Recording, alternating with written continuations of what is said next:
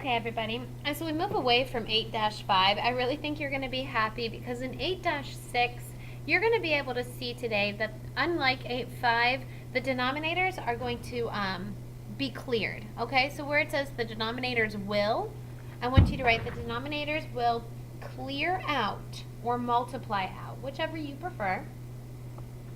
Clear out or multiply out. Because you are going to multiply them together, okay? Multiply by common denominator. And you can just get rid of them, okay? There will be today, there's going to be an equal sign. And that equal sign is when you know that the denominators will clear out. Now this is only part 1 of part 2. Part 2 is going to be word problem applications. So in the next section in 8-6, when we do the second part, you're going to see how this can be used with real life examples. Part 1 today, and there will be different parts of this first part. Part 1, you're going to see equations that have fractional coefficients. And fractional coefficients just mean like you're going to have like a 1/2 or 3/2 or something like that. The denominators are constants. Now when I say they're constants, that means they have no variables. That's what it means to be a constant.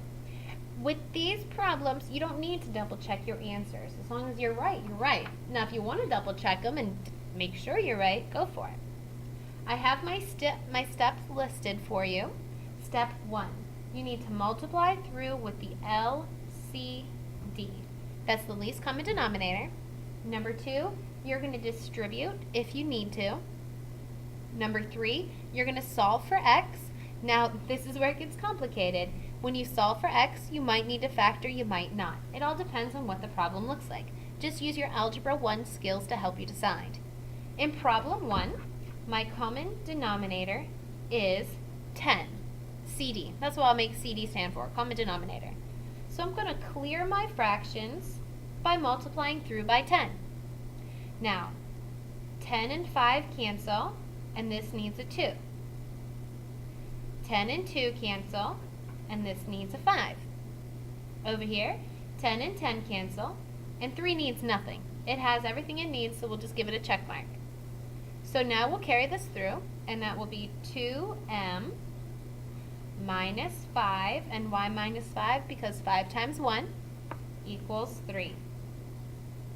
That's 2m equals 8, m equals 4. There's no need to double check. We did do all the math properly. Moving on. And they will get more complicated. Example 2. I'm going to notice that my common denominator between 3, 6, and 2 is 6. They all go into 6. So I'm going to multiply through with a 6. 6 and 3 divide to be 2.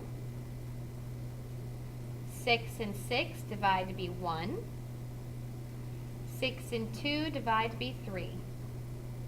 So I get 2 times the quantity x plus 1, you may distribute here if you want to, plus 1 times the quantity x minus 1, again you may distribute right there if you want, equals 3 times the quantity 2x plus 1.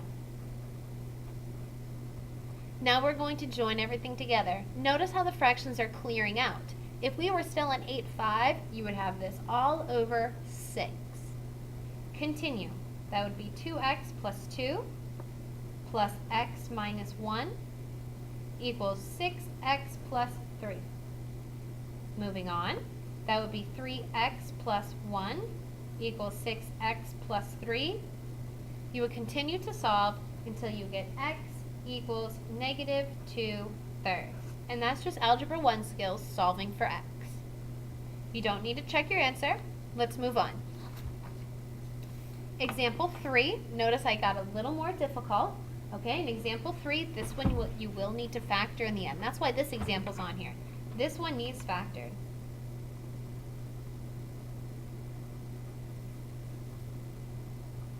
This one will need factored. Now, if you don't want to write that down, that's fine, but just so you know, that's where we're going. The common denominator between 3 and 2 is 6. Okay, so put a 6 here and a 6 here. 6 and 2 divide to be 3. 6 and 3 divide to be 2. 6 and 2 divide to be 3. So I get 3x squared minus 8x equals 3. Okay. Now I'm going to get rid of that first equal sign because it might start confusing people. Now what we're going to do is, you see how you have an x squared? Remember your skills from chapter 4? Your skills from chapter 4 should say, I see an x squared, I set it equal to 0. And now I factor. Have to be able to factor to be successful in chapter 8. I know 3x breaks down to 3x and x. I know 3 can break down to 3 and 1. I'm going to put the 3's together on the outside so I get 9. I need a minus 9 and a positive 1. That'll give me that negative 8. And now I solve. 3x plus 1 equals 0. And x minus 3 equals 0. Solve here, you get x equals negative 1/3. Solve here, you get x equals 3. 2 answers. Let's try that one more time in example 4. Common denominator is 12. So I'm going to multiply everything by 12. And some of you might ask, can I just cross multiply here? Yeah, sure, whatever. Go ahead. 12 and 12 cancel and you need a 1. 4 and 12 cancel and you need a 3. So that's x times, well, it's 1x times x plus 5 equals 3 times x plus 8. Distribute in. X squared plus 5x equals 3x plus 24. Okay, set equal to 0. X squared plus 2x minus 24 equals 0. And now you need to factor in order to solve. That's x plus 6, x minus 4 equals 0. And now solve. X plus 6 equals 0. X minus 4 equals 0. X equals negative 6. X equals positive 4. And now I hope you guys realize why I gave you all of those really annoying factoring sheets. Okay, example 5. Common denominator is 21.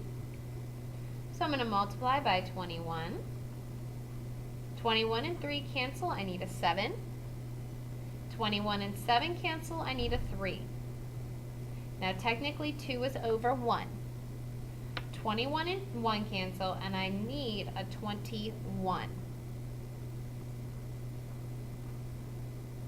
Multiply in.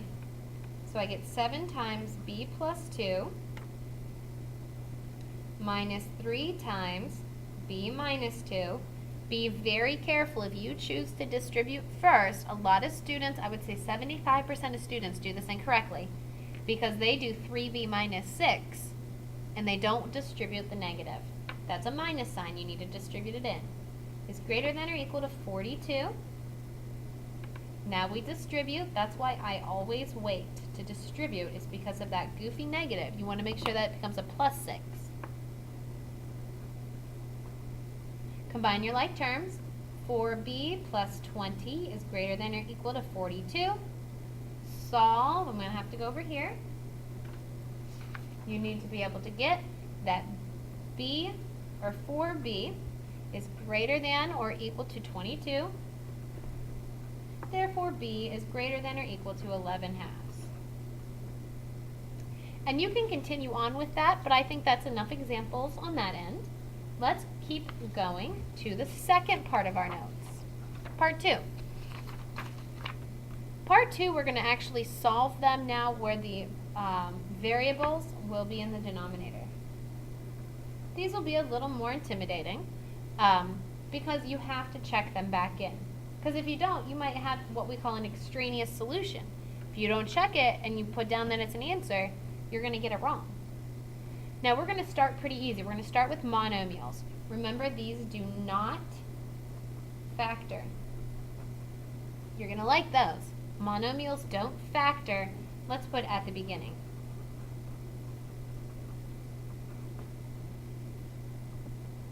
Take a look at example 1. Let's find the common denominator.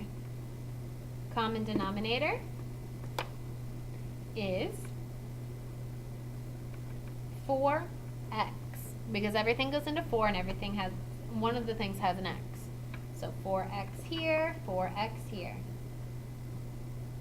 The 4x divides 4, and this needs an x. The 4x divides x, and you need a 4.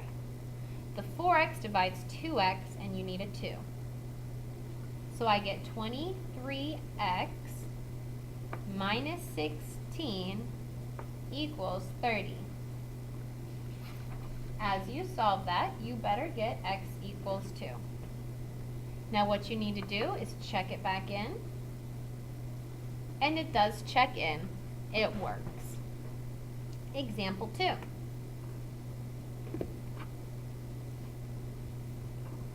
Common denominator. Well, let's see. We have 3, 3, 6, and 4. How about 12x? Because 3, 3, 6, and 4 are going to 12, and one of them has an x, or a couple of them. Okay? 12x and 3x needs a 4. 12x and 3 needs a 4 and an x. 12x to 6x needs a 2. And 12x and 4 needs a 3 and an x. Now we're going to do 4 times 2 is 8 plus 4x equals 22 minus 3x. You better be able to solve this one on your own, and you want to get x equals 2. Check it out. Does it check in? You're going to take x equals 2 and plug it in, so you get 2 over 6 plus 1 over 3, and then you do 11 over 12 minus 1 over 4.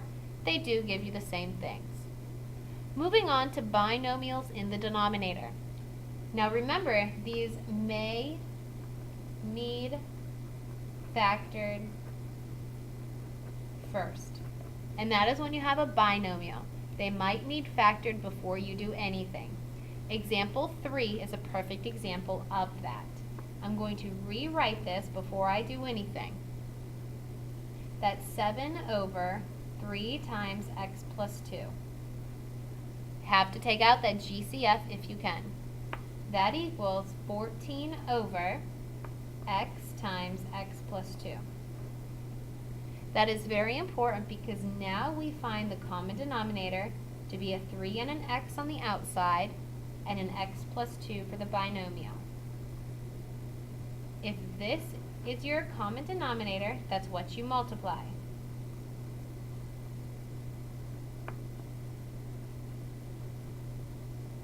Okay?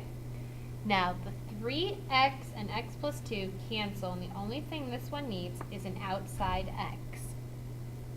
3x and x plus 2 with this is only missing a 3. So I do 7x equals, what's 14 times 3? 42. X equals 6. Now you need to check it back in. And it does check in.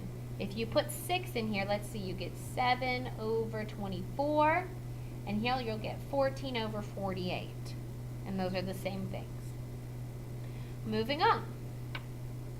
Now we need to factor first, so I'm going to rewrite this one. Ready? This is going to be a negative 2 over x minus 2. And that is because on here I pull out a negative and I put it on the top. Equals 6 over x plus 2, x minus 2, because I needed to factor this. I can see now that my common denominator is made up of x minus 2 and x plus 2. Since that is the case, I'm going to multiply both things by it, x minus 2 and x plus 2. Can't just pick and choose, you got to do both. And I'm going to see what I'm missing. This x minus 2 cancels, and this needs an x plus 2. This one, both of them cancel, and this doesn't need anything. So I get negative 2 times the quantity x plus 2 equals 6. That's negative 2x minus 4 equals 6. That's negative 2x equals 10. X equals negative 5. What you need to do is take it back and see if you get an answer. You ready? Let's check it. Especially when the problems are negative, you need to check them. Okay, if I check this in, I get 2 over 7. I get 2 over 7 because it's 2 minus negative 5. And that's going to equal 6 over 25 minus 4. 25 minus 4 is 21. Does that equal 2 over 7? It checks back in. It is an answer. Alright, we have one more page. I'm going to finish up as quick as I can in one more video.